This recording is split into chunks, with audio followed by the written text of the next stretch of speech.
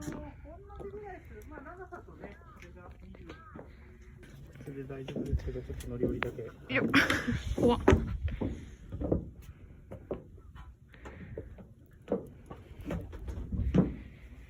綺麗。めっちゃ綺麗。まあまあ。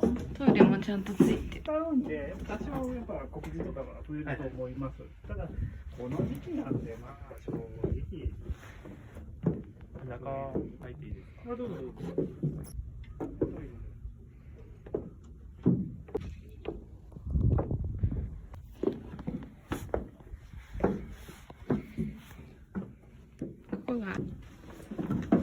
これいけつですよね。ここいけつです。これ蓋、これいけつ。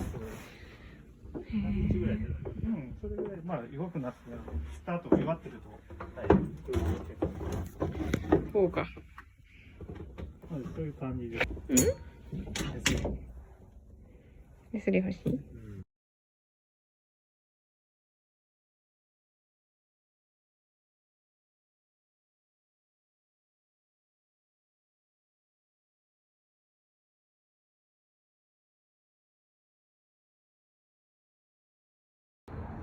ボート4つの総合展示場って書いてますが、結構寂しい感じになってます。今出払ってるのかな。やっぱり結構10台ぐらいしかない。すごいね。